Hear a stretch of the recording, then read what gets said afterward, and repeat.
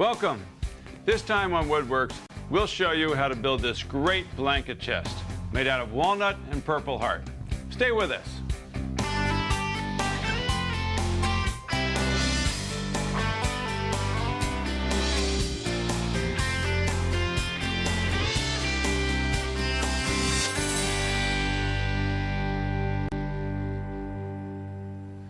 Hi, I'm David Marks. Welcome to Woodworks. The blanket chest that we're going to be building this time features a beautiful frame and panel lid with purple heart for the frame and some unusually figured walnut that's been shaped into a raised panel and has a rich three-dimensional profile. In addition, we use purple heart on the base with an arts and crafts style step motif. The sides for this blanket chest come together with dovetail joints, which add strength as well as a decorative touch. We'll start this project by making the sides and the dovetail joinery. For our blanket chest, we're going to need some 14-inch wide stock for the sides. Now, it's not too likely that you're going to walk into your local lumber yard and find some boards that are that wide. So, here's what you need to do. You need to plan on gluing two boards of walnut together like we did here. And I'm going to go ahead and wet this with a cloth. And this will really illustrate the color and the figure of the wood. So what we're looking for is we need to color match the grain and the figure, especially around the joint line, so that we end up with one wide board that has a sense of uniformity to it. This will give our blanket chest a sense of harmony. Now, we've already glued some stock up for the sides. We've scraped the excess glue off. We've left them a little bit long. So our first step is we're going to go ahead and cut these to length.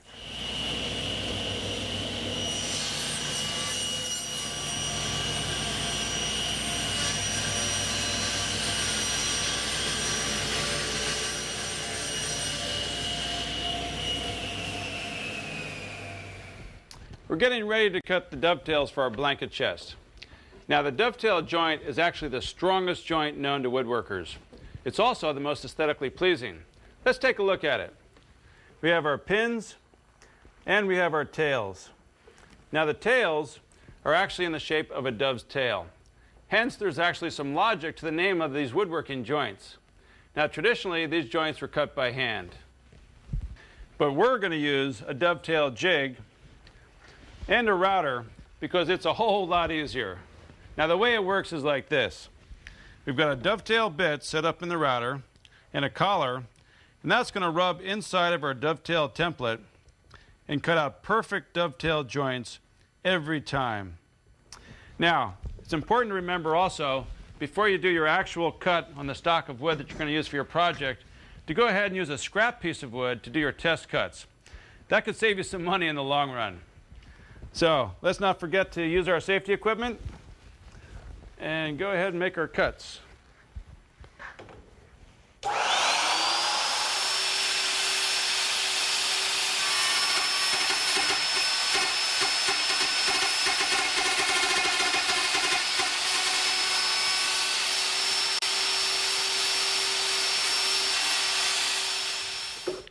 We've already cut the dovetails in the long sides of our blanket chest. Now we flip the jig and we're setting up to cut the pins in the short sides. For the router, we've already changed our dovetail bit to a straight bit, and that's what we're going to use to cut the pins.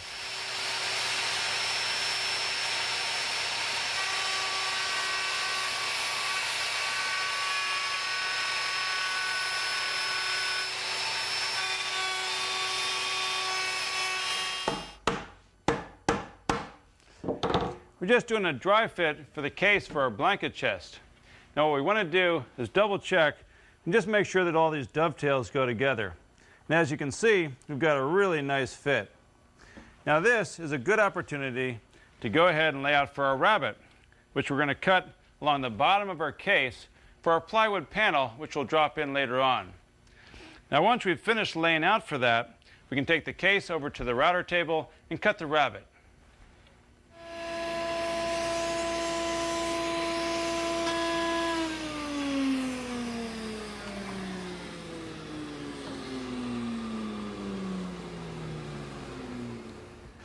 For the glue up of our case, we're using a slow-setting urea resin-based glue. This will give us about an hour of working time and greatly reduce that whole anxiety and stress associated with a complicated glue up. Now you can see over here, we've already gone ahead and tapped our sides together. Now this gives us plenty of room to go ahead and brush the glue inside of our dovetails.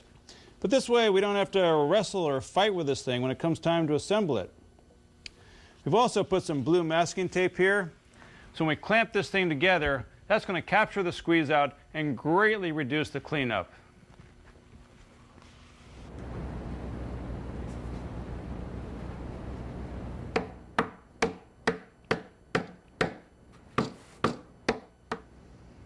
Because this glue will need about 8 to 12 hours to dry, it's a good idea to check that the clamps are tight and the corners are square before you let it set. The case for our blanket chest has sat overnight and the glue is nice and dry. Now next up, we're going to go ahead and work on this rabbet. Now earlier, we did a stop rabbet with a router so we wouldn't cut through the sides of these dovetails. Now, we're going to come back with a nice sharp chisel and go ahead and chop these corners square for our panel that's going to sit into the bottom. Now after we're done chopping this out, we use a belt sander to clean up the glue and flush up these corners.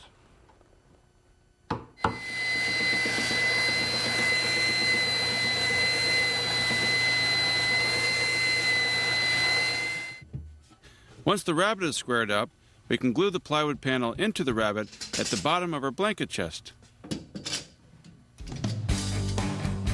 You can get more details on making this blanket chest by going to our website at DIYnet.com. When we return, we'll make the base for our blanket chest with a classic arts and crafts style.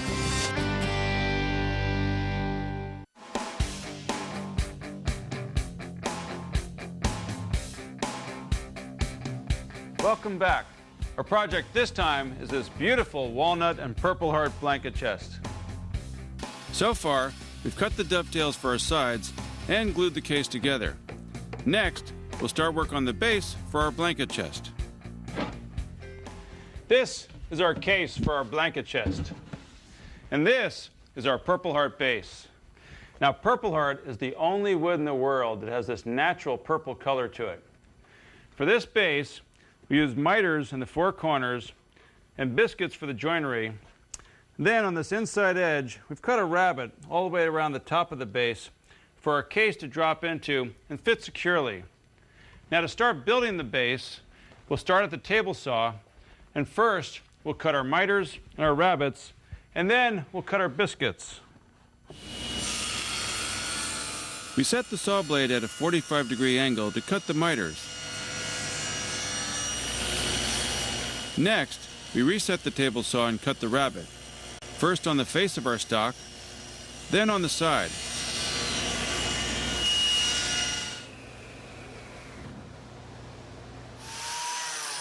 And on the mitered ends of our frame, we cut the slots for the number 10 biscuits with a biscuit cutter. We're using this template to go ahead and draw our profile onto our base. Now this design, this is called a step motif. And it's this step motif that's going to give that arts and crafts style feel to our blanket chest. Now our first step is to go ahead and rough cut the profile on our bandsaw.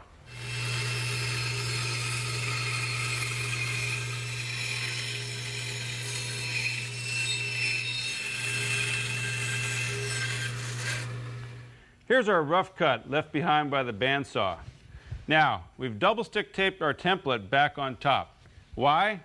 We're over here at the router table with this special setup to do a process called profile cutting. Here's how it works. We've got a spiral carbide router bit with some bearings at the top. Now those bearings are going to follow along our template, and the cutters will cut away the rough fibers left by the bandsaw. This will leave you with a smooth surface and save you a tremendous amount of time.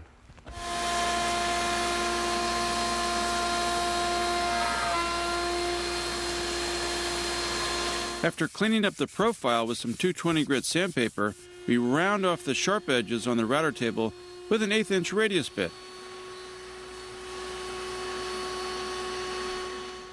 For the glue up, we use a band clamp to pull the miters and biscuits of our base in tight. This is a rough slab of California walnut. Now, we've already done a little bit of hand planing, and it's starting to show some of the color and figure that we're looking for the top of our blanket chest. Now, this is a board that we've already cut from a sister slab. Now, we've jointed and planed the surface, and it's revealed exactly what we're looking for. Some beautiful burl and curl figure down here, and some really rich chocolate and purpley swirly grain patterns, which, when we resaw it, is going to give us a spectacular book match panel for the top of our blanket chest. We join a flat surface, then use the bandsaw to cut our panel stock in half. This will expose the matching grain patterns.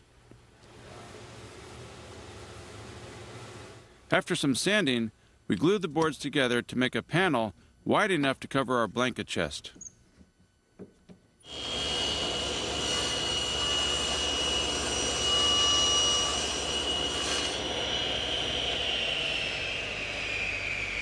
We're cutting our miters for our frame for the top of our blanket chest. We have got a really great miter jig. Now, this thing works on a very simple principle.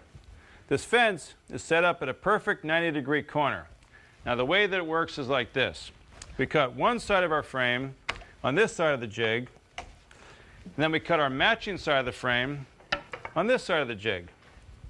Now, these are going to come together at a perfect 90-degree corner every time.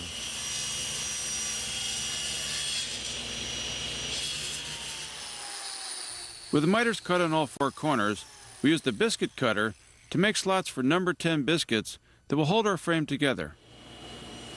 Next, on the table saw, we cut a dado in the frame stock to house the figured walnut panel.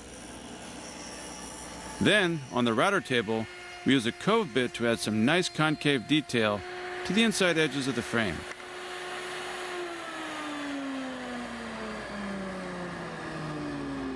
Here's our frame and panel lid for our blanket chest. Now, one of the really outstanding features of this is this raised panel design. It really gives it that 3-dimensional feel. Now, you know how you're always looking for an easier way to do things? We are going to actually show you how to do a raised panel in just 2 cuts. Now, first, we're going to use a core box bit at the router table with our fence set at 1.25 inches. We'll plow through here, and that's going to give us this concave surface on the inside edge. Then, we come over here to the table saw, we stand our panel up, and we raise the blade and saw through to that inside concave edge. That gives us our raised panel in just 2 cuts.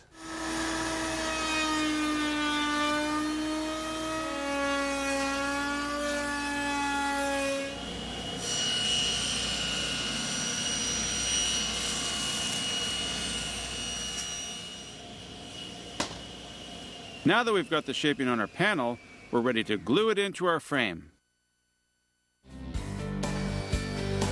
Coming up, some helpful hints on using a router that makes installing hinges a lot easier.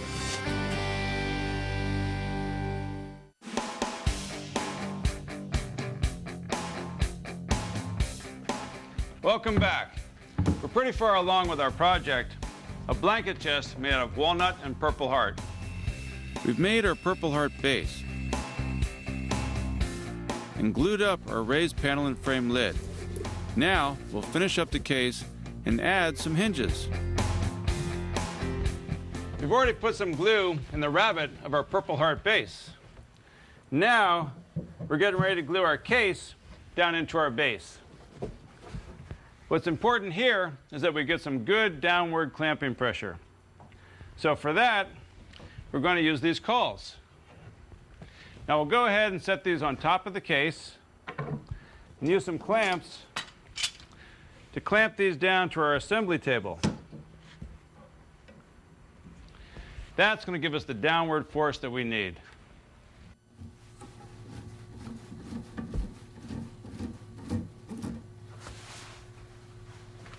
Our frame and panel lid is all glued up. Now we've already done some sanding on it, and because it's the lid to our blanket chest, this thing's going to get open and closed quite a bit. Now these edges are still pretty sharp.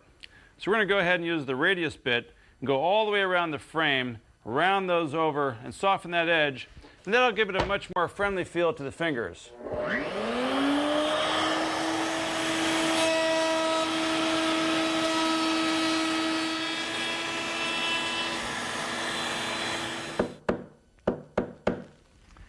It took about 2 hours for the glue to dry on our base.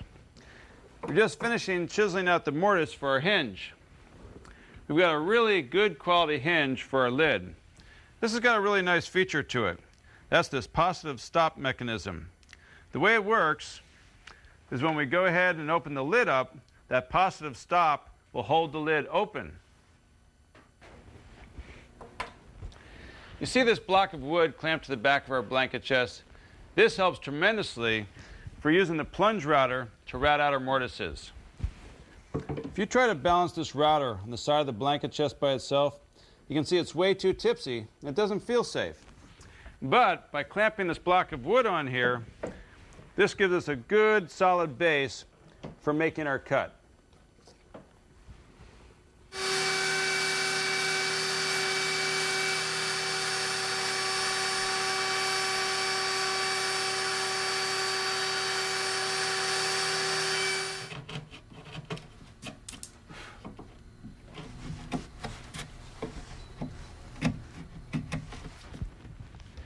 We've cut the mortises in our case, and now we're getting set up to cut the mortises for our hinges in our lid. We've already laid out where they're going to go, and because the fence in our router is in the same position that it was for cutting the mortises in the case, it's going to give us the width we need for cutting the mortises in our lid. Once the mortises in our lid are made, we can attach it to our base and finish up our blanket chest. When we continue, a beautiful finish for our blanket chest.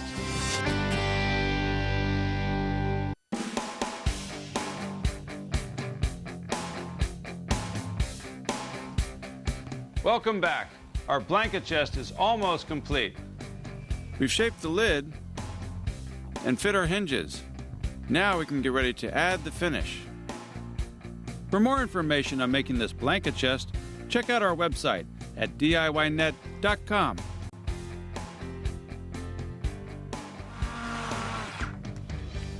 We're just putting in the last couple of screws to attach our lid to our blanket chest.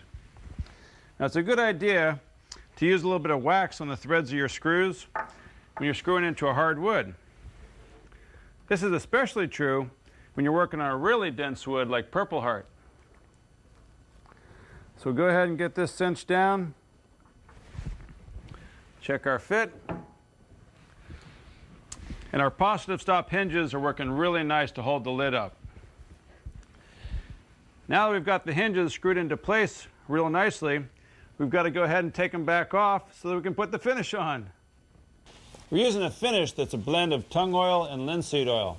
This really soaks into the wood and brings out some rich colors. You can really see the vibrancy of the grain patterns.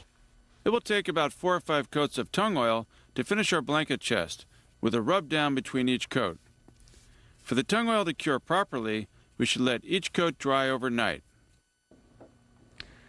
Now that our finish is complete, we're reattaching our brass hinges. You know that oil finish that we put on earlier? It really soaked deeply into the wood, and you can see how it allows those rich colors of the Purpleheart and the walnut to shine through. The finish also accentuates the dovetails, adding a light and dark contrast to the corners. The figured walnut on the lid has produced rich colors and swirling patterns that flow within the Purpleheart frame.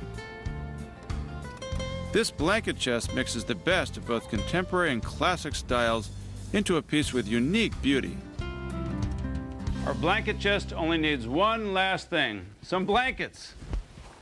I'm David Marks. We'll see you right here next time on Woodworks.